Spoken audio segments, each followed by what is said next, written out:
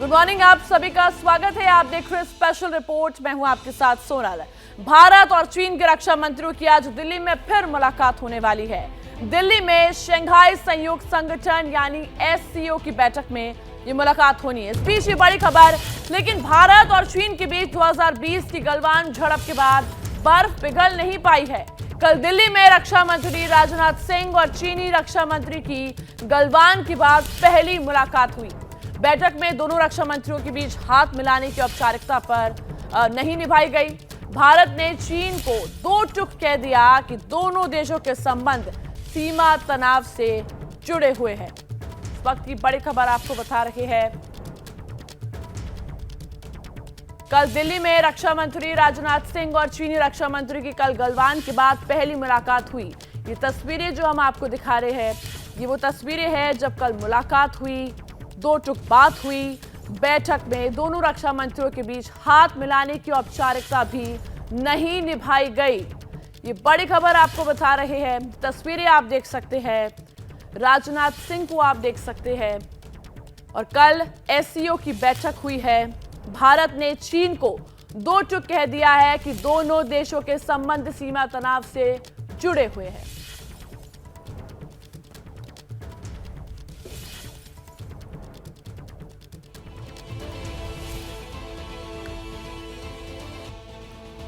तो देखा आपने कि कल कैसे SCO की बैठक हुई, दोनों रक्षा मंत्रियों ने आपस में मुलाकात की पर हाथ नहीं मिलाए। देखिए, जिनपिंग ने बीजिंग पहुंचे शरीफ के जनरल की क्लास ले ली।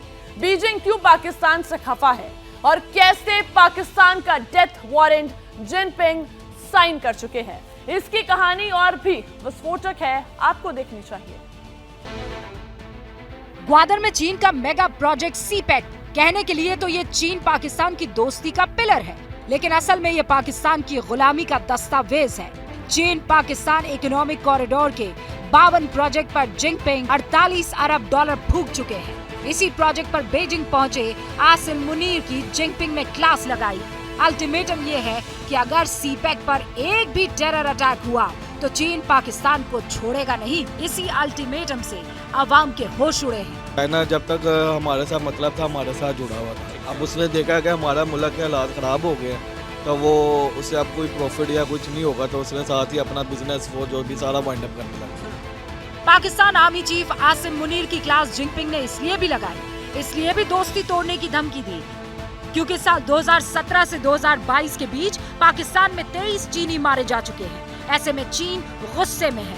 ये गुस्सा अवाम को डरा रहा है। चाइना के लिए हमने जितनी भी हमसे हो सकती थी, पाकिस्तानी गवर्नमेंट ने मेरे ख्याल में इमदाद की भी है, क्योंकि हमारे पास हमारे वसाइल अब इतने नहीं कि इससे ज्यादा बढ़ के मेरे ख्याल में नहीं कर सकते। यकीनन चीन किसी का सगा नहीं है। जिस ड्रैगन की ताकत पर पाकिस्तान को गुमान था, आज वही चीन इस्लामाबाद की धज्जियां उड़ाने की वार्निंग दे रहा है। देखिए, अब बात एक फिल्मी ट्रेलर की जिसने इंटरनेट की दुनिया में तूफान उठा दिया है। सवाल यह है कि फिल्म द केरला स्टोरी में आखिर ऐसी कौन सी बात है जिसने इसके ट्रेलर को सबसे बड़ा सेंसेशन, सनसनी बना दिया है। ये रिपोर्ट में देखिए। Tell me, when exactly you joined ISIS? ISIS कब ज्वाइन किया, ये जानने के लिए क्यों ज्वाइन किया और कैसे ज्वाइन किया, ये जानना जरूरी है।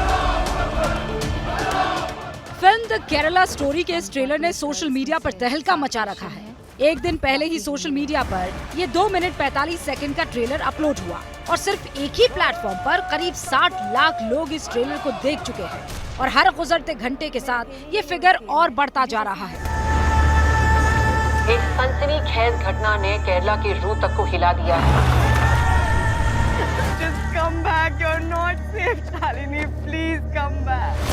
पूरे देश में इस वक्त यही सवाल है कि आखिर ये ट्रेलर इतना क्यों देखा जा रहा है, क्यों इसे लेकर हर सेक्शन में इतनी क्यूरियोसिटी है। इसका सवाल फिल्म के ट्रेलर के इस हिस्से को देखने से समझा जा सकता है। क्या आपको अपना शौहर कबूल है? कबूल है। फिल्म में आईसिस में शामिल होने वाली पूरी मॉडस ऑपरेंडाई को डिटेल में दिखाने की बात हो रही है। फिल्म निर्माता विपुल अमृतलाल शाह ने फिल्म द केरल स्टोरी का ट्रेलर जारी किया। इस फिल्म के जरिए बताया गया है कि कैसे आतंकवादी संगठन आईसिस ने केरल की 32,000 हिंदू लड़कियों को अगवा किया। लव जिहाद का न सिर्फ फिर शिकार बनाया बल्कि आतंकवादी गतिविधियों वाले काम भी करवाए। फिल्म में आपने एक सब्जेक्ट जो दुनिया भर में आज के तारीख में सबसे ज्यादा चर्चित है, इस्लामिक टेररिज्म, उसके ऊपर आधारित है। आईसिस, अलकायदा जैसे संस्थाएं एक एक देश की सिविलाइजेशन को टॉर्मेंट करने उड़े हुए हैं। वैसे 5 महीने पहले भी इसी फिल्म का एक शुरुआती टीजर आया था जिसमें फिल्म की मेन कैरेक्टर इस तरह का दावा करती हुई दिखाई दी थी। एक नॉर्मल लड़की को एक खतरनाक टेररिस्ट बनाने का सबसे डेंजरस खेल चल रहा है केरला में, और वो भी खुलेआम। फिल्म के शुरुआत में लिखा आता है कि ये मूवी सच्ची घटनाओं से इंस्पायर्ड है, यानी फिल्म मेकर्स के पास इस सिस्टमैटिक कन्वर्जन के कुछ तथ्य मौजूद है। फिल्म के डायरेक्टर का भी कहना है कि ये फिल्म कई लोगों के लिए आई ओपनर है। हमारे देश में केरल एक राज्य है जहां पे आईसिस को एक बहुत अच्छा एक स्ट्रॉन्ग फुटिंग्स मिले, जिसकी तहत एक बहुत बड़ा एक डिस्ट्रक्शन की शुरुआत की है। जाहिर है ये फिल्म उस टॉपिक पर बनी है जिसे लेकर बीते कई दिनों से बहुत सारे खुलासे सामने आए थे। किस तरह केरल से गायब हुई कुछ लड़कियां आईसिस के ट्रैप में फंस गई थी, और फिर खुफिया एजेंसियों के मुताबिक उनमें से कुछ लड़कियों की लोकेशन अफगानिस्तान में मिली थी। एनआईए ने तो इस पूरे नेक्सस की छानबीन तक कर डाली थी, और कई लोग ऐसे थे जिन्होंने अपने बेटी के कन्वर्जन और फिर उसके गायब होने की बात खुले तौर पर सामने रखी भी थी। भागकर इस रेगिस्तान में दफन हो चुकी है। तो देखिए, दावा किया जा रहा है द केरला स्टोरी सच्ची घटना पर बनाई गई है। 5 मई को यह फिल्म रिलीज भी हो जाएगी, लेकिन कंट्रोवर्सी का दरवाजा उससे पहले ही ओपन हो चुका है।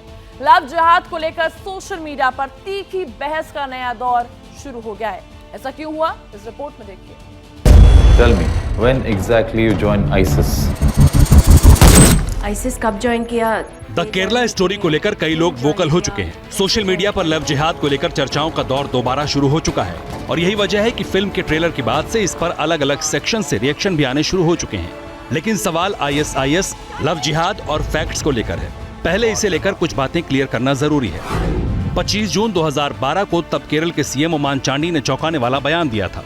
ओमान चांडी ने केरल विधानसभा में कहा था कि 2006 से 2012 तक 2667 लड़कियों का धर्म परिवर्तन हुआ। उन्होंने इस्लाम कबूल किया था। 2010 में इन जुलाई then Kerala chief minister VS Achuthanandan Delhi में एक प्रेस कॉन्फ्रेंस करके बोले थे कि Kerala will be turning into a Islamic state. अब सवाल सिस्टमैटिक कन्वर्जन के बाद ISIS के लिए हिंदुस्तानियों को भेजने को लेकर उठा, तो इस पर तमाम रिपोर्ट सामने आ चुकी हैं। 2021 में अमेरिकी विदेश विभाग की रिपोर्ट में कहा गया कि नवंबर 2021 तक 66 भारतीय मूल के लोग ISIS के साथ जुड़े थे।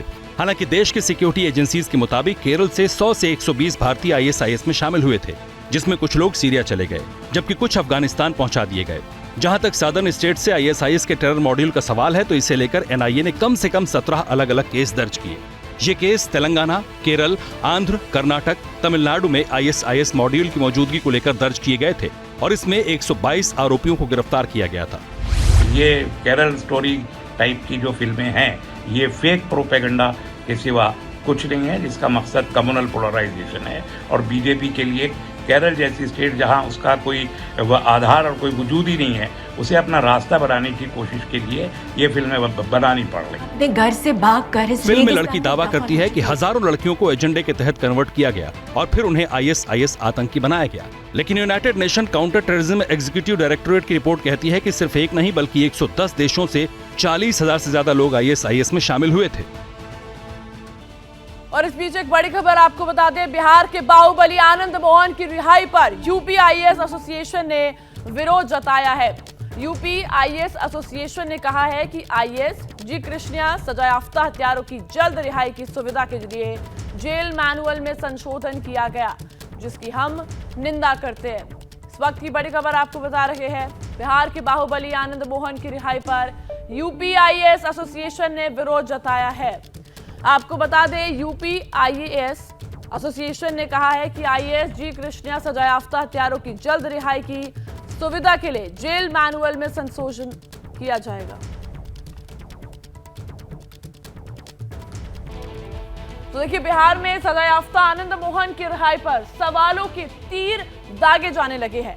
इस मामले में नीतीश सरकार को सिर्फ बीजेपी के नेता घेर रहे थे, लेकिन अब सवाल पूछने वालों में ओवैसी सबसे आगे दिखाई दे रही है। आईएएस का हत्यारा आखिरी बार सिर्फ आधे दिन के लिए जेल गया और फिर हमेशा के लिए रिहा हो गया। जेल जाते वक्त आनंद मोहन की तस्वीरें दिखी, लेकिन जेल से रिहा होते वक्त किसी को कानो कान खबर तक नहीं हुई। हैरानी की बात यह है कि जो आनंद मोहन डीएम के मर्डर के दोषी के तौर पर 15 साल जेल में रहा, उसकी रिहाई को लेकर सुशासन वाली सरकार में स्वागत की तैयारियां हो गई थी, मंच सज गया था, महाभोज का इंतजाम हो गया था। ऐसा माहौल बना जैसे कोई सजा याफ्ता कैदी नहीं बल्कि कोई रिकॉर्ड होल्डर वापस आ रहा हो। लेकिन सोर्सेस का कहना है कि जेडीयू के सीनियर लीडर के फोन के बाद पूरा प्लान बदल गया। बाहुबली और सजा याफ्ता आनंद मोहन चुपचाप जेल से बाहर निकला, सारे इंतजाम धरे के धरे रह गए। यहाँ पे मांगलिक कार्य है और हाँ, वो लोग आगे बढ़ चुके हैं, माँ और पिताजी लोग आगे बढ़ चुके हैं।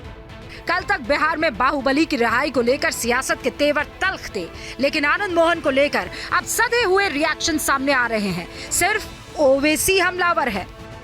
जिस आनंद मोहन को लालू प्रसाद और नीतीश कुमार ने 15 साल पहले जितना सताया और आज घड़ियालू आंसू बहा बहा करके उनका जो उम्र था, जिस उम्र में वो राजनीति कर सकते थे, उनकी राजनीतिक हत्या कर दी गई। ये सेकंड टाइम कृष्णिया का मर्डर हो रहा है जो फैसला बिहार सरकार ने लिया है। तो अब ये बताइए कि कौन सा आईएएस ऑफिसर अब बिहार में अपनी जान को खतरे में डालकर गरीब जनता के लिए काम करेगा। बिहार से निकलकर नीतीश कुमार एंटी मोदी मोर्चा तैयार कर रहे हैं, लेकिन उन्हीं के बिहार में दोषी की रिहाई वोट बैंक के तराजू में तौली जा रही है। तो बाहुबली आनंद मोहन जेल से रिहा हो गया, लेकिन जब मीडिया में चर्चा शुरू हुई तो खुद नीतीश ने अफसर के सामने आकर रिहाई के फैसले को जस्टिफाई करना शुरू कर दिया। मगर इसी दौरान आनंद मोहन की रिहाई के खिलाफ पीआईएल भी दाखिल हो गई। बाहुबली की रिहाई को लेकर इतना विवाद इसीलिए है क्योंकि नीतीश सरकार ने जेल की रिहाई वाले मैनुअल का नियम बदल दिया। 10 अप्रैल को जब आनंद मोहन जेल से बाहर आया था, उसी दौरान कैदियों की रिहाई वाले कानून का नया नोटिफिकेशन जारी हुआ। इसी को लेकर बिहार के मुख्य सचिव ने प्रेस कॉन्फ्रेंस की, कहा सब नियम के हिसाब से हुआ। ये एक सामान्य कानूनी और प्रशासनिक प्रक्रिया से हुआ है और इसको राजनीतिक रंग नहीं दिया जाना चाहिए, ये मेरा अपना व्यक्तिगत विचार है। सरकारी अफसर नियम की दुहाई दे रहे हैं, लेकिन कई संगठन इसके खिलाफ हैं। भीम आर्मी भारत एकता मिशन ने आनंद मोहन की रिहाई के खिलाफ पटना हाईकोर्ट में जनहित याचिका दाखिल की। इसी मामले में पूर्व आईपीएस अमिताभ दास ने हाईकोर्ट में जनहित याचिका दायर की है। आईएएस एसोसिएशन ने भी आनंद की रिहाई पर विरोध जताया है। एसोसिएशन का कहना है कि वो इसके खिलाफ कोर्ट में जाएंगे। आंध्र प्रदेश के आईएएस एसोसिएशन ने बिहार सरकार से अपने फैसले पर फिर से विचार करने की अपील की है, लेकिन बिहार की सत्ता में शामिल आरजेडी का कहना है कि रिहाई को लेकर बेवजह मीडिया ट्रायल हो रहा है। आदरणीय आनंद मोहन जी की रिहाई का रास्ता तो साफ हो ही गया था और उनके रिहाई में सारे नियम कानून कायदे का पालन किया गया है। उनकी रिहाई हुई है, उनके साथ 26 और लोगों की रिहाई हुई है। तो जो लोग भी मीडिया ट्रायल के माध्यम से इस बात को हवा दे रहे हैं, हमें नहीं लगता है कि इसमें इतने हाई तौबा मचाने की जरूरत है। स्पेशल रिपोर्ट देख रहे आप। देखिए, पीएम मोदी का कर्नाटक दौरा शुरू होने वाला है। चुनावी कैंपेन को नई धार मिलेगी, लेकिन इससे पहले मोदी ने कर्नाटक के बीजेपी वर्कर्स से बात की और हर बूथ को और मजबूत करने का मंत्र दिया। जब बूथ विजयी होता है तब चुनाव में विजय अवश्य मिलती है। इसी मंत्र के साथ प्रधानमंत्री नरेंद्र मोदी ने कर्नाटक फतेह का बिगुल बजा दिया। कर्नाटक की सियासी पिच पर कदम रखने से पहले पीएम नरेंद्र मोदी ने वर्चुअली 50 लाख कार्यकर्ताओं को संबोधित किया और ये समझा दिया कि कर्नाटक विजय का फॉर्मूला क्या है। देश को आगे बढ़ाना है तो हमें ये रेवड़ी कल्चर से मुक्त होना ही पड़ता है। बीजेपी शॉर्टकट नहीं बल्कि विकसित भारत के निर्माण के लिए काम कर रही है। पीएम मोदी कर्नाटक से ऑनलाइन जुड़े थे। हर बूथ क्यों जरूरी है, इसकी अहमियत मोदी समझा रहे थे। बीजेपी के विकास फॉर्मूले को कैसे फर्स्ट टाइम वोटर्स तक पहुंचाना है, ये टिप्स भी मोदी ने दिए। साथ ही जो कांग्रेस कर्नाटक में 150 सीट का टारगेट लेकर चल रही है, उसी कांग्रेस की नियत और नीति पर विरोध की मिसाइलें दाग दी। कांग्रेस मतलब झूठ की गारंटी, कांग्रेस मतलब भ्रष्टाचार की गारंटी। कांग्रेस की वारंटी तो बहुत पहले ही एक्सपायर हो चुकी है। जिसकी वारंटी एक्सपायर हो चुकी है उसकी गारंटी का मतलब क्या है जी? कांग्रेस करप्शन की गारंटी है और यही कर्नाटक के लिए खतरे की घंटी है। पीएम मोदी ने ये समझा दिया। साफ है बीजेपी विकास फॉर्मूले के साथ ही कर्नाटक किले पर भगवा परचम फहराने निकली है। तो जिस दौरान प्रधानमंत्री नरेंद्र मोदी कर्नाटक में बीजेपी के कार्यकर्ताओं में जोश भर रहे थे, उसी के थोड़ी देर बाद मल्लिकार्जुन खड़गे का पीएम मोदी पर एक विवादित बयान सुर्खियों में आ गया। कलबुर्गी में कांग्रेस पार्टी के चीफ एक पब्लिक मीटिंग को एड्रेस कर रहे थे और उसी दौरान उन्हें मोदी को लेकर विवादित टिप्पणी कर दी। कर्नाटक में पॉलिटिकल पारे की तपिश पहले कहां कम थी। उस पर कांग्रेस अध्यक्ष मल्लिकार्जुन खड़गे ने प्रधानमंत्री नरेंद्र मोदी पर जो कुछ कहा, उसने नया सियासी बखेड़ा खड़ा कर दिया। मंच कर्नाटक के कलबुर्गी का था। खड़गे जोश में थे। वोट साधने के जोश में होश खोया तो सेल्फ गोल कर बैठे। ನೀವೇನಾದರೂ ತಪ್ಪು ತಿಳ್ಕೊಂಡ್ರಿ, ಮೋದಿ ಅಂದ್ರೆ ಈ ವಿಷದ ಹಾವಿದ್ದಂಗೆ. ನೀವಂದ್ರೆ ಇದು ವಿಷ ಅದ ಇಲ್ಲ ನೋಡೋಣ, ಸ್ವಲ್ಪ ನೆಕ್ ನೋಡೋಣ ನೆಕ್ಕಕ್ಕೆ ಹೋಗಿರಿ, ನೆಕ್ಕರು ಸತ್ತ। अटैक डायरेक्ट पीएम मोदी पर था, लिहाजा रिटेलिएशन बीजेपी के खेमे से भी हुआ। जिस जहर और जहरीले सांप के तराजू में खड़गे ने पीएम मोदी को तौला, उसी मुद्दे की मिसाल कांग्रेस पर खुद सीएम बसवराज बोम्मई ने दाग दी। There is a poison in the mind of Kharge. They have been unable to fight him politically. His comment will cost dearly to the Congress. सियासत की जुबान में जहर भरा तो बात दूर तलक पहुंची। मोर्चा उडुपी में राहुल गांधी ने भी संभाला। सियासी अदावत में जहर घुला तो जहर की पोटेंसी राहुल ने भी अपने पॉलिटिकल तजुर्बे से कम करने की कोशिश की। पिछले कुछ सालों से यहाँ पे बीजेपी की सरकार है, मगर ये सरकार आपने नहीं चुनी थी। बीजेपी ने पैसे से और चोरी करके अपनी बनाई और पूरा कर्नाटक इस सच्चाई को जानता है। कर्नाटक की जनता सियासत के इस पूरे एपिसोड को देख भी रही है और अच्छे से समझ भी रही है। ऐसे में अंजाम चुनाव क्या होगा, सियासत की बिगड़ी जुबान वोट बैंक को कितना स्विंग करेगी, ये 13 मई को क्लियर हो जाएगा। तो दिल्ली के मुख्यमंत्री अरविंद केजरीवाल के बंगले के रेनोवेशन के मुद्दे पर राजनीति गर्म है। आज उस मुद्दे पर बीजेपी ने केजरीवाल पर जोरदार हमला बोला है। बीजेपी का कहना है कि केजरीवाल ने अपना सरकारी घर चमकाने के लिए जनता का पैसा ही बर्बाद नहीं किया, कानून की धज्जियां भी उड़ाई है।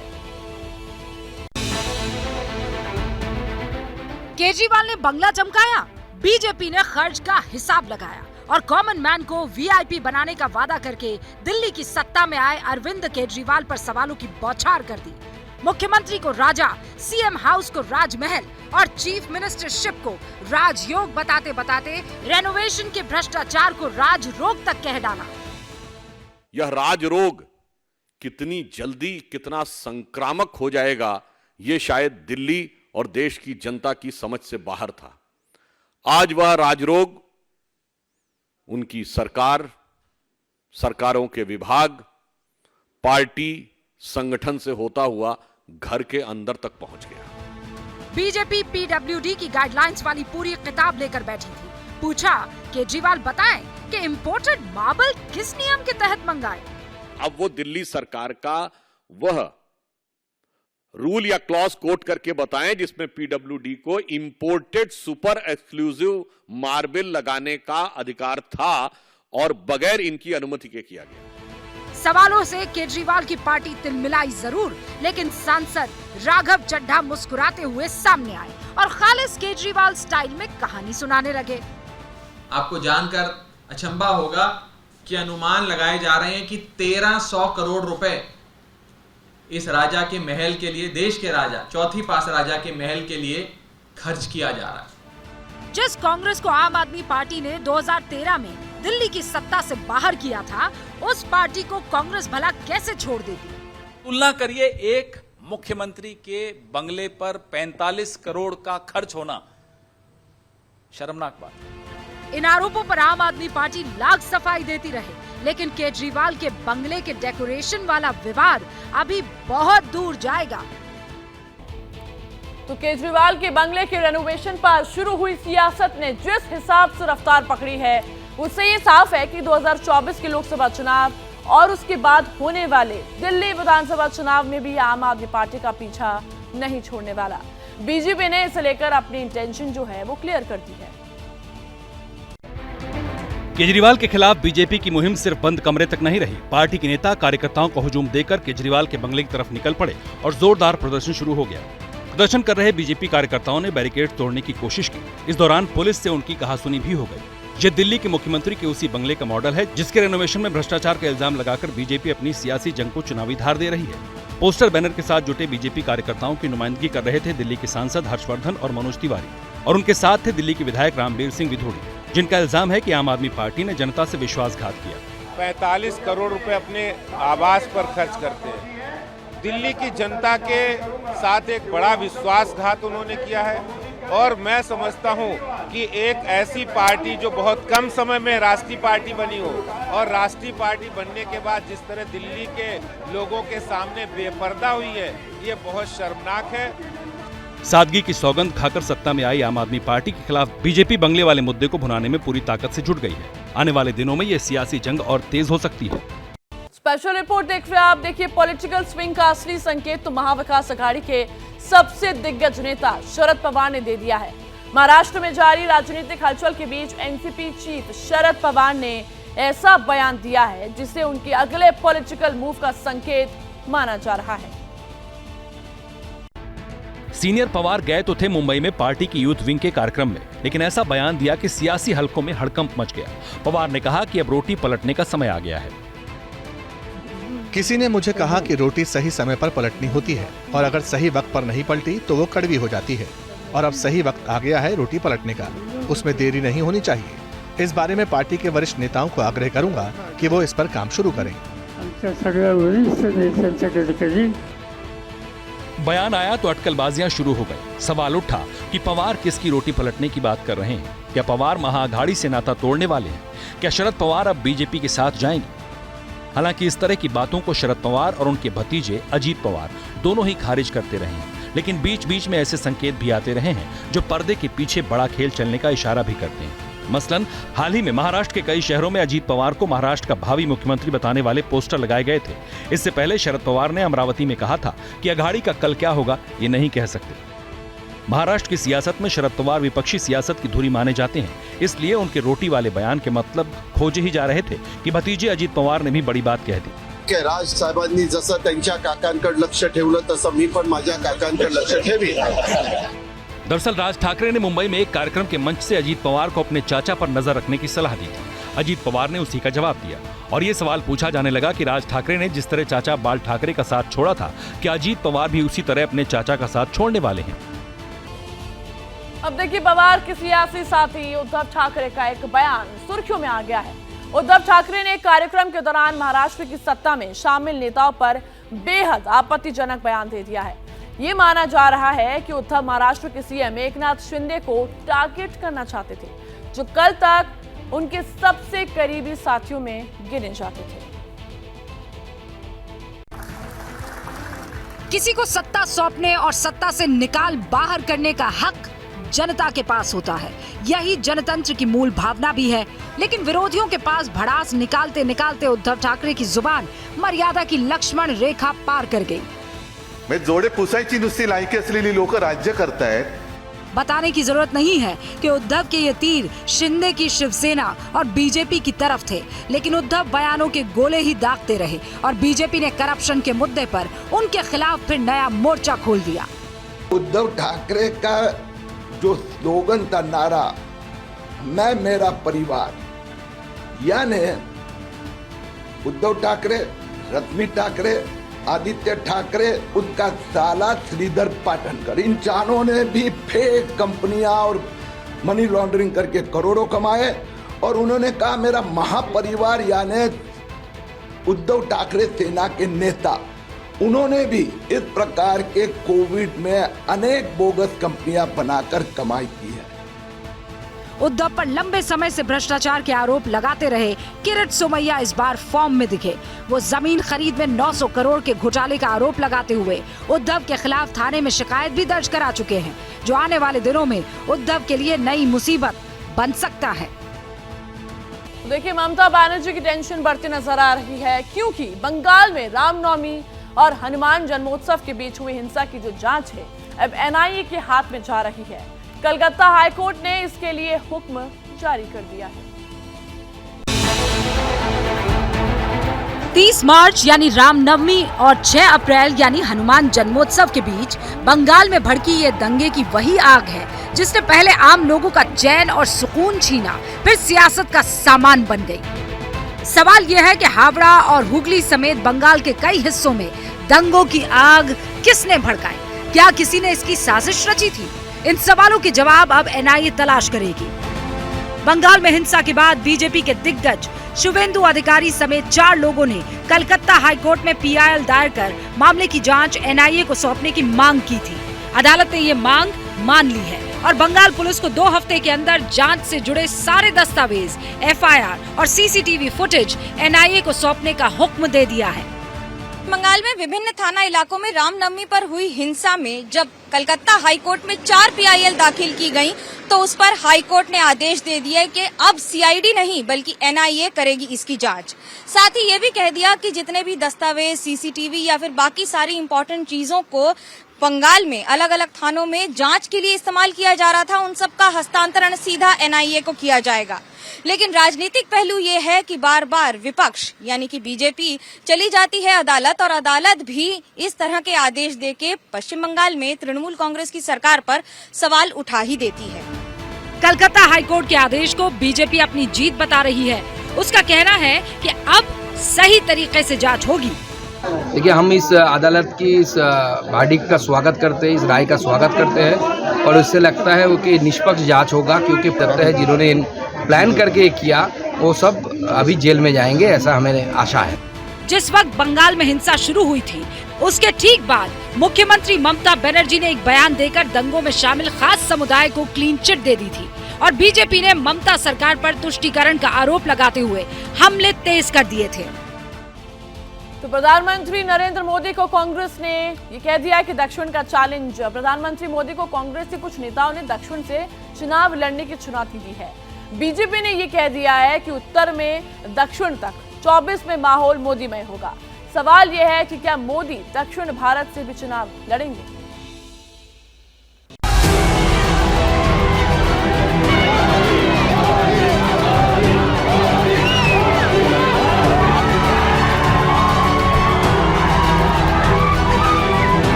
प्रधानमंत्री नरेंद्र मोदी लगातार दक्षिण का दौरा कर रहे हैं।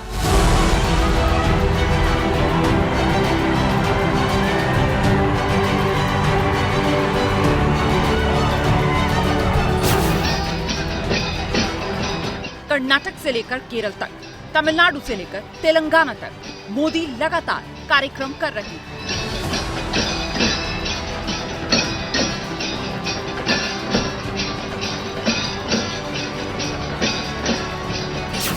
बीते 4 महीनों में मोदी 11 बार दक्षिण भारत का दौरा कर चुके हैं।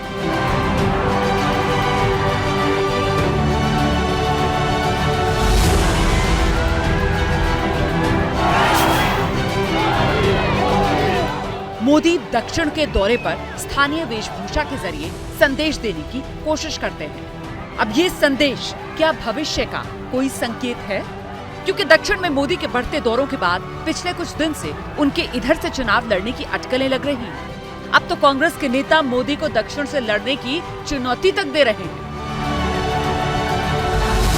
एक खबर है, प्रधानमंत्री जी साउथ इंडिया में लड़ने वाले हैं। साउथ इंडिया में कुछ नहीं किया प्रधानमंत्री जी ने, और एक स्टेट हो कर्नाटका में खरीदा था। पिछले बार प्रधानमंत्री का प्रचार वहां कुछ नहीं बन पाया और सरकार नहीं बन पाया, और ये लोगों ने खरीदा है।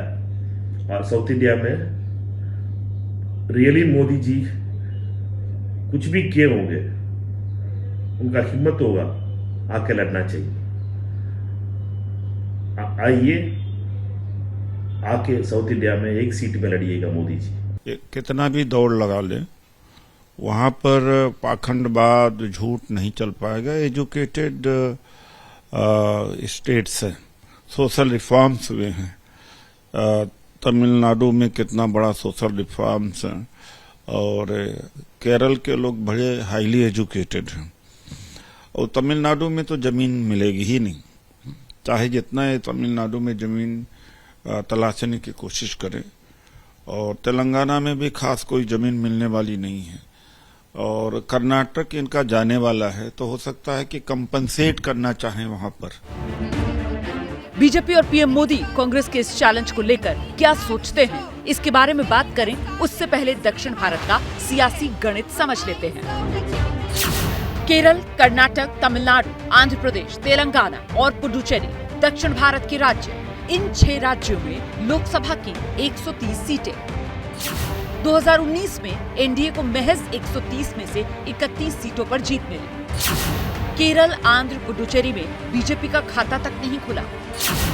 कर्नाटक की 28 में से 26 सीटों पर बीजेपी जीती। कर्नाटक में बीजेपी की सरकार है और अभी वहां विधानसभा चुनाव चल रहे हैं। एंटी इनकम्बेंसी की हवा चली और नतीजे बीजेपी के पक्ष में नहीं रहे तो दक्षिण का एक बड़ा राज्य बीजेपी के हाथ से निकल जाएगा। केरल, आंध्र और तेलंगाना में पहले से ही बीजेपी के पास कोई मजबूत सहयोगी दल नहीं है। ऐसे में माना ये जा रहा है कि बीजेपी दक्षिण का किला फतह करने के लिए कोई बड़ा दांव खेल सकती है। अब ये बड़ा दांव क्या होगा, ये भविष्य के गर्भ में है। प्रधानमंत्री के वाराणसी के साथ ही दक्षिण से चुनाव लड़ने की चर्चा की एक वजह ये हो सकती है। वैसे भी राजनीतिक जानकार ये मानते हैं कि उत्तर भारत के राज्यों में बीजेपी अपना सबसे बेहतर प्रदर्शन कर चुकी है, लिहाजा अब जो उम्मीद बची है वो दक्षिण भारत से है। बिहार में नीतीश कुमार, पंजाब में सुखबीर सिंह बादल, महाराष्ट्र में उद्धव ठाकरे, इन जैसे पुराने सहयोगी बीजेपी का साथ छोड़ चुके हैं। ऐसे में मानकर चलना चाहिए कि बीजेपी नफे नुकसान के हिसाब किताब को देखकर ही तैयारी कर रही होगी।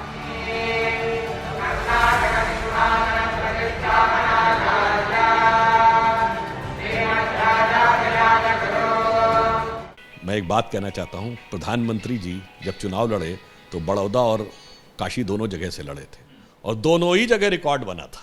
26 में 26 जीते थे हम गुजरात में और 80 में 73 जीते थे।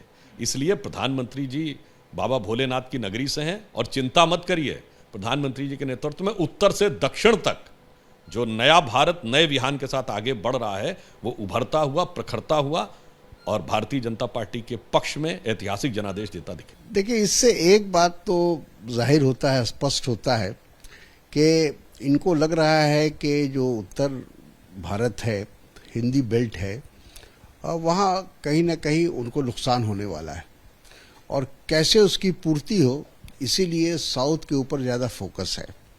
हालांकि उसमें उनको कामयाबी नहीं मिलने वाली है। अगर पीएम मोदी उत्तर के साथ साथ दक्षिण से भी चुनाव लड़ते हैं तो पार्टी के पक्ष में हवा बनने में मदद मिलेगी। वैसे ये सवाल अभी भविष्य के गर्भ में ही है। पीएम मोदी फिलहाल उत्तर प्रदेश की वाराणसी से सांसद हैं। 2014 के लोकसभा चुनाव में वाराणसी के साथ साथ वडोदरा से भी लड़कर वो चुनाव जीते थे। पीएम मोदी पिछले 3 महीनों में दक्षिण भारत के राज्यों का 11 बार दौरा कर चुके हैं। तो देखिए, माफिया ब्रदर्स अतीक और अशरफ की हत्या के बाद रोजाना नए खुलासे हो रहे हैं। इस बार पुलिस ने उस थ्योरी को सुलझाने का दावा किया है जिसमें अतीक के दफ्तर में कुछ खून के छींटे और कपड़े बरामद हुए थे। जिस दिन से अतीक अहमद के दफ्तर से ये खून के धब्बे मिले थे, उस वक्त से तमाम तरह की थियरीज फ्लोट होने लगी। कहा गया कि ये महिला का खून हो सकता है। फोरेंसिक जांच हुई तो पता चला खून तो इंसान का ही है। और अब पुलिस ने ये भी बता दिया है कि अतीक के दफ्तर में आखिर क्या हुआ था। पुलिस के मुताबिक शाहरुख नाम का शख्स चोरी के इरादे से अतीक के दफ्तर में गया था, लेकिन उसको चोट लग गई और खून निकलने लगा। उसका दूसरा साथी दफ्तर के बाहर खड़ा होकर निगरानी कर रहा था। पुलिस के मुताबिक खून शाहरुख नाम के शख्स का है। इस बीच यूपी पुलिस ने अतीक के काले कारोबार की एक डायरी बरामद की है। ये डायरी शाइस्ता के मायके से मिली है, जिसमें अतीक के सारे धंधे और पैसों के लेन देन की डिटेल्स मौजूद थी। इसमें उन कारोबारियों के नाम भी मौजूद थे जिनसे पैसे लिए गए थे। इस कमरे में यहाँ पर अंदर जो एक ये संदूक आपको दिख रही है, ये संदूक, इसमें ही तमाम चीजें रखी गई थी। इसी संदूक में से यूपी पुलिस को डायरी मिली हुई है और ये जो डायरी है, ये इस डायरी में 25 हवाला कारोबारियों का नाम, नंबर, पता, उनसे जुड़ा हुआ व्यवहार, उसका जिक्र है। इसी प्रकार जैसे ये डायरी आप देख रहे हैं, इसी प्रकार की डायरी पुलिस ने बरामद की है, जिसमें तमाम नाम लिखे हुए हैं। डायरी के आधार पर कुल 25 हवाला कारोबारी भी पुलिस के राडार पर है। हमारे रिपोर्टर को भी ये पता चला है कि अतीक का सबसे बड़ा ड्रीम प्रोजेक्ट अलीना सिटी, उससे जुड़ी जानकारी भी डायरी में दर्ज है। अतीक जबरदस्ती लोगों और किसानों की जमीन हड़प कर एक पूरा शहर बसाना चाहता था। हालांकि इसे लेकर कानूनी कार्रवाई हो चुकी है, वहां बुलडोजर भी चल चुका है। अब बात छत्तीसगढ़ के दंतेवाड़ा की। नक्सलियों के कायराना हमले में 10 जवानों की शहादत के बाद कैसे हालात है, नक्सलियों के खिलाफ मुहिम कैसी है, ये जानने के लिए हमारे संवाददाता ज्ञानेंद्र तिवारी खुद दंतेवाड़ा के ग्राउंड जीरो पर पहुंचे। आप भी देखिए ये एक्सक्लूसिव रिपोर्ट। तारीख 26 अप्रैल, दिन बुधवार, जगह थी दंतेवाड़ा का आरनपुर रोड। दोपहर करीब 2 बजे डिस्ट्रिक्ट रिजर्व गार्ड्स का काफिला आगे बढ़ रहा था। अचानक जोरदार आईईडी ब्लास्ट हुआ, 10 जवान शहीद हो गए। ये वही गड्ढा है दंतेवाड़ा के इलाके में जिस गड्ढे के नीचे बारूद रखा गया था। उस गड्ढे को देखिए, यहीं से गाड़ी गुजर रही थी और जैसे ही यहाँ पर गाड़ी पहुंची, नक्सलियों ने ब्लास्ट कर दिया और 11 जिंदगियां जो है वो खत्म हो गई। सवाल ये है कि आखिर कैसे नक्सली आए, कैसे आईईडी प्लांट हुआ, ब्लास्ट से पहले क्या क्या हुआ था। ग्राउंड जीरो पर नक्सलियों के बारूदी षड्यंत्र के कौन से सबूत मिले। ABP news reporter Gyanendra Tiwari उसी स्पॉट पर पहुंचे जहां आईईडी ब्लास्ट हुआ। हमले की पूरी प्लानिंग होश उड़ाने वाली है। कैसे नक्सली समझ जाते हैं कि यहीं पर उन्हें ब्लास्ट करना है। ये तार है, अब ये तार मैंने कहां तक बिछाया है और नक्सली कैसे इस तार के सहारे 500 मीटर दूर बैठकर ब्लास्ट कर सकते हैं अगर वो देख पा रहे हैं। तो आइए देखते हैं। देखिए ये तार है, ये तार है, इसी तरह से एकदम आप समझिए कि यही हुआ होगा। ले जाइए, ये पगडंडी और ये गली आपको वहां तक ले जाएगा, अपने आप ले जाएगा जहां ये पूरा तार और ये जाल बिछाया गया था। ये देखिए मिट्टी खोद करके तार को उसके अंदर डाल दिया जाता है। उसके बाद इस तरीके से जो पत्ते हैं इनको इसके ऊपर रख दिया जाता है ताकि ये दिखाई ना दे। ये पेड़ में चढ़ा एक मेरा सहयोगी है पप्पू, जिसे आप देख रहे हैं ऊपर, और नीचे ये गड्ढा है, यहाँ पर तार है। इस तार को लेकर इसको कभी नक्सलियों ने 2, 4, 10, 5 साल पहले अविनाश कभी भी नीचे कभी भी लगा दिया है। इस तार को लेके माओवादी नक्सली वहां चढ़ता है, वहां जहां पप्पू खड़ा है वहां चढ़ता है और वहां चढ़ के ये जो है, ये देखिए, ये इसको ऐसे टच करता है और इसके बाद एक बहुत बड़ा ब्लास्ट होता है। साहू और मेरे सहयोगी अशोक नायडू, रवि मिरी के साथ ज्ञानेंद्र तिवारी, एबीपी न्यूज, दंतेवाड़ा। देखिए, सूडान में ऑपरेशन कावेरी को लेकर लगातार अच्छी खबरें सामने आ रही है। इंडियन नेवी और एयरफोर्स के कंबाइंड एफर्ट्स के साथ सैकड़ों भारतीयों को हिंदुस्तान वापस लाया जा रहा है। इंडियन नेवी के कई एसेट्स इस रेस्क्यू ऑपरेशन में जुटे हुए हैं। सूडान में सिविल वॉर और बारूदी बौछार के बीच हिंदुस्तान का ऑपरेशन कावेरी फुल स्पीड में चल रहा है। लगातार भारतीयों को सूडान से पहले जद्दा और फिर हिंदुस्तान लाने का सिलसिला जारी है। Naval ship INS Tegh action में आया और इसके जरिए 297 और भारतीयों को सूडान पोर्ट से जद्दा की तरफ सेफली इवैक्यूएट करवाया गया। विदेश मंत्रालय ने बताया कि इंडियन नेवी वॉरशिप से इवैक्यूएशन वाला ये सेकंड बैच है। इससे पहले 26 अप्रैल को 278 भारतीयों को INS सुमेधा के जरिए जद्दा लाया गया था। हालांकि सूडान में फंसे भारतीयों को फाइनल डेस्टिनेशन तक पहुंचाने का सिलसिला अभी भी जारी है। बुधवार देर रात 367 नागरिक दिल्ली एयरपोर्ट पहुंचे। एयरपोर्ट पर लोगों ने भारत माता की जय के नारे लगाए, इंडियन आर्मी जिंदाबाद, नरेंद्र मोदी जिंदाबाद के जयकारे लगाए। इसके अलावा गुरुवार सुबह 246 भारतीयों का दूसरा बैच जिद्दा से मुंबई के लिए रवाना हुआ। इस पूरे मिशन में इंडियन एयरफोर्स का C-17 ग्लोब मास्टर दिन रात लगा हुआ है। विदेश मंत्रालय के मुताबिक सूडान में हालात बेहद नाजुक है और वहां अभी भी 3500 भारतीयों के अलावा इंडियन ओरिजिन के 1000 लोग फंसे हुए हैं। इन सभी लोगों को हिफाजत से निकालने के लिए पूरा सिस्टम लगा हुआ है। भारत का ये ऑपरेशन कावेरी अमेरिका, सऊदी अरब जैसे मित्र देशों के सहयोग से लगातार आगे बढ़ रहा है। अब बात कर लेते हैं मौसम की, जिसने 4 धाम यात्रा पर निकले भक्तों की जो परेशानी है वो बढ़ा दी है। केदारनाथ में भारी बर्फबारी हो गई है तो आंधी तूफान ने यमुनोत्री का रास्ता रोक दिया है। इस रिपोर्ट में देखिए। 4 धाम पर आस्था का ज्वार उमड़ा तो मौसम की मनमर्जी भी शुरू हो गई। केदारनाथ से लेकर बद्रीनाथ और यमुनोत्री तक मौसम ऐसा बदला कि भक्तों की परेशानी बढ़ गई। बाबा केदारनाथ के कपाट खुलते ही भक्तों का रेला उमड़ा, लेकिन आस्था को चैलेंज बेमौसम बर्फबारी ने दे दिया। केदारनाथ में बर्फबारी शुरू हुई तो फिजाएं सफेद चादर में लिपट गई। मौसम का ऐसा ही मिजाज बाबा बद्रीनाथ के धाम पर दिखा, लेकिन भक्तों का जोश ऐसा था कि मौसम की मनमानी घुटने टेक गई। बद्रीनाथ में भक्त भक्ति रस में डूबे तो बर्फबारी के बीच नजारा और मोहक हो गया।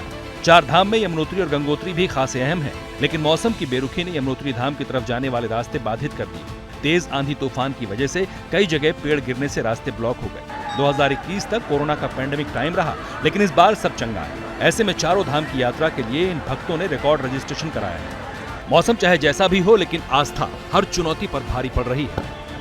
जैसे ही घड़ी का काटा दोपहर 2:30 पे आए, बबीता जी का दिल सास बहू साजिश के लिए मचल जाए। और ये है इनकी बहू, पूरे दिन ऑफिस की टेंशन हो जाए गॉन जब ये करें अपना फेवरेट शो फ्री टाइम पे ऑन। इनकी तरह आप भी देखें अपना फेवरेट शो अपने टाइम पर और डाउनलोड कीजिए ABP लाइव ऐप अपने स्मार्ट टीवी पर।